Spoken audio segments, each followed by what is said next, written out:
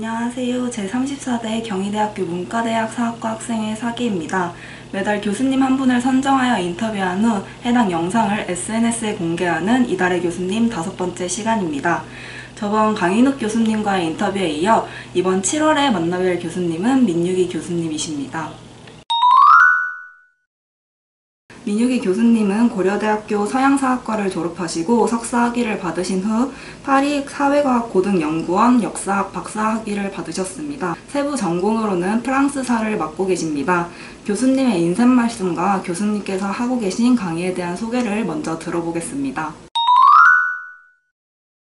안녕하세요. 민유기입니다.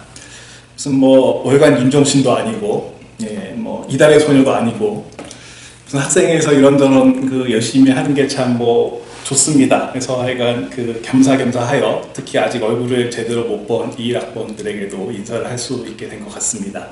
유럽사를 가르치고 있는데 주로 연구하는 거는 이제 프랑스에서 공부를 했고 프랑스사를 중심으로 해서 도시사라든지 정치문화사, 국제관계사 같은 것도 좀 하고 있고 최근에 이제 젠더사를 열심히 공부하고 있습니다. 글로컬 역사문화연구소라는 연구소가 하나 있어요. 사학과에서 같이 하고 있는 박윤재 선생님께서 책임자이신 의료인문학 사업에서 지역인문학센터 맡고 있는데 주로 이제 시민강좌 같은 것들을 많이 기획하고 하는 어떤 책임을 맡고 있습니다. 수업은 1학기 때는 세계도시 문명사라는 과목을 맡고 있고 보통 한 2학년 때 많이 듣는 과목인데 한국사나 동양사나 서양사의 부분들을 도시라는 테마를 중심으로 해가지고 살펴보는 어떤 수업이고 선배들 얘기로는 이 수업을 듣고 코로나가 상황이 끝나게 되면 여행을 가면 딱 좋다. 각종 역사적인 문화적인 정보들을 많이 얻을 수 있고 1학기 때 또 하는 수업이 프랑스의 역사 문화라는 수업이 있습니다. 서양사를 담당하는 교수님이 박지민 선생님하고 나하고 2명 있어서 각자 어떤 전공인 미국사하고 프랑스사가 우리가 이제 전공 선택으로 개설을 하고 있고요.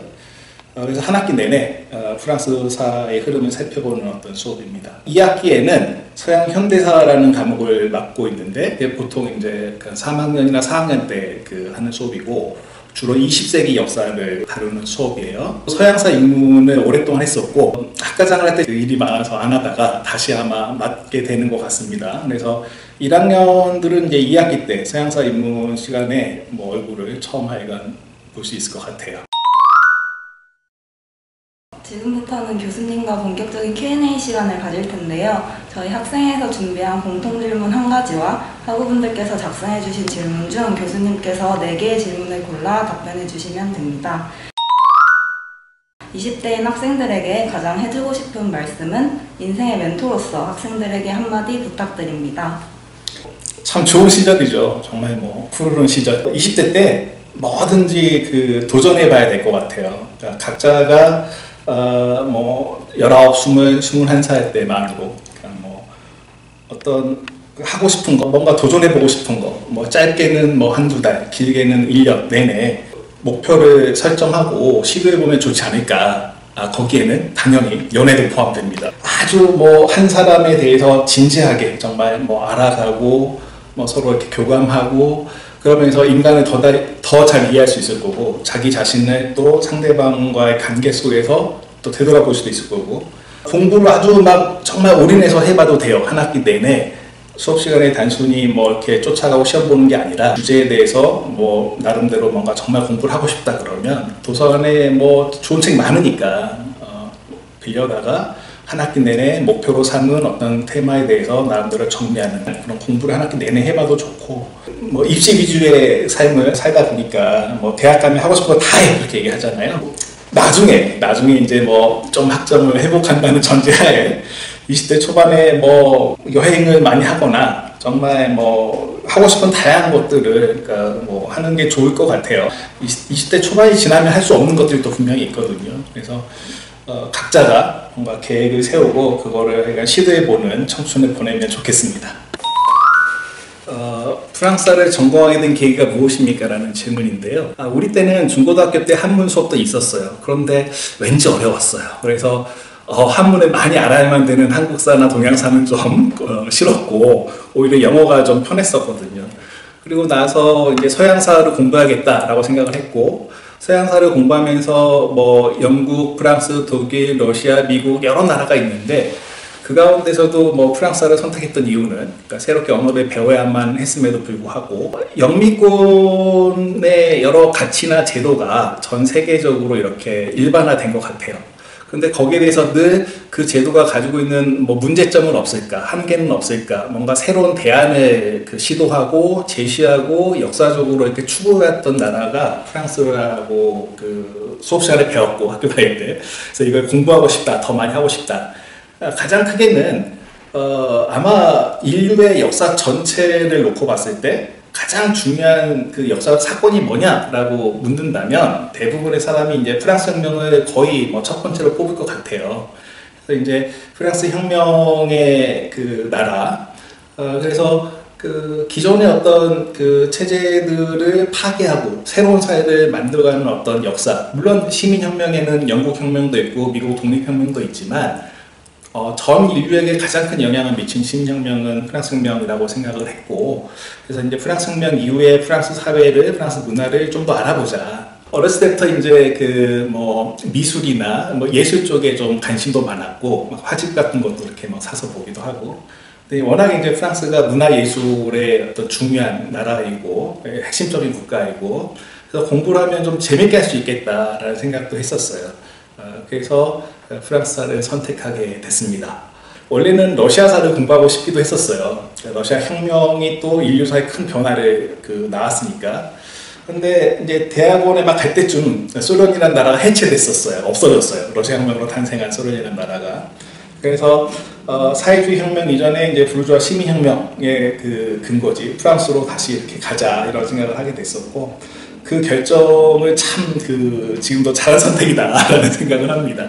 다른 학문에는 없는 사학의 매력이 있다면 무엇일까요? 30년 가까이 넘게 역사를 공부하고 있는데 기본적으로 역사학이 가지고 있는 어떤 그 장점은 그러니까 인간에 대한 학문이다, 그러니까 인문학이다, 뻔한 얘기지만 인간이 살아왔던 과거에 대해서 우리가 연구하고 조사하고 분석하고 오늘날 우리가 어떤 뭐 바람직한 어떤 삶을 추구해야 되는지, 아니면 미래를 위해서 어떠한 지향성들이 지녀야 되는지 이거를 알게 해주는 학문이 역사학인 것 같아요. 어디다가 썼던 논문에서 그런 구조를 쓴 게 있는데, 역사학은 실험과학이다. 그러니까 과학은 실험을 하지만 인간의 대상으로는 실험할 수 없으니까 과거의 그 경험들을 사료로 남겨져 있는 과거의 흔적들을 통해서 우리가 인간을 이해하고 보다 바람직한 어떤 삶, 보다 바람직한 사회, 미래를 설계하는 학문이라고 생각을 해요. 그리고 우리는 늘 과거로부터 배워온 것, 과거에서 이어져 온 것 속에서 우리가 현재 존재하는 것이고, 결국 미래라는 것도 오늘날 우리가 준비해야 되는 것이기 때문에 과거가 미래로 계속 연결이 되죠. 자, 이런 학문이 유일한 것 같아요. 그래서 자신이 이후에 이제 대학을 졸업하고 전문 역사학자가 되지 않더라도 대학에서 역사학을 공부한 것은 삶에 커다란 하여간 도움이 될 거다라고 믿어 의심치 않습니다. 늘 하여간 과거의 경험을 반추하고 성찰하고 그 속에서만이 우리가 뭔가 보다 나은 어떤 개인적이건 집단적이건 미래를 전망할 수 있기 때문이죠. 역사를 전공하는 사람들이 지켜야 될 마음가짐이 있나요? 당연히 있다고 생각을 합니다. 많은 사람들이 타인의 삶에 관심이 많죠. 여러 사람들의 그 삶에 대해서 지금 뭐 만날 수는 없는 사람이지만, 과거의 사람이지만 그들의 삶의 흔적에 대해서 역사는 평가하죠. 따라서 인간에 대한 예의가 가장 기본적으로 필요하다고 생각을 하고, 사학과생들이 다른 과 전공생들보다 정말 보다 좀 더 도덕적이고 양심적이고 그것은 역사를 배우기 때문인 것 같아요. 자신의 삶도 누군가에 의해서 나중에 재평가될 수 있다라고 생각한다면 자신의 삶의 어떤 방향이 올바라야 된다고 생각을 하고요. 위대한 어떤 인물, 사건, 엘리트들이 많은 역할을 한 것들을 배우지만 그 뒤편에 있는 이름 없는 사람들, 평범한 사람들, 그러니까 이들의 삶도 새롭게 기억해주고 뭐 그들이 그 삶 속에서 느꼈던 희망이건, 하여간 뭐 좌절이건, 이것을 후대에 다시 그러니까 가치를 부여하고 그 평가해 줘야 된다고 생각을 하고 있기 때문에 기본적으로 역사를 전공하는 사람들은 약간 뭐 타인에 대한 어떤 관심, 애정, 그다음에 인간성에 대한 교양하기 위한 어떤 자기 스스로의 그뭐 마음가짐 이런 게 필요하다고 생각합니다. 경희대 사학과 어마어마한 학과죠.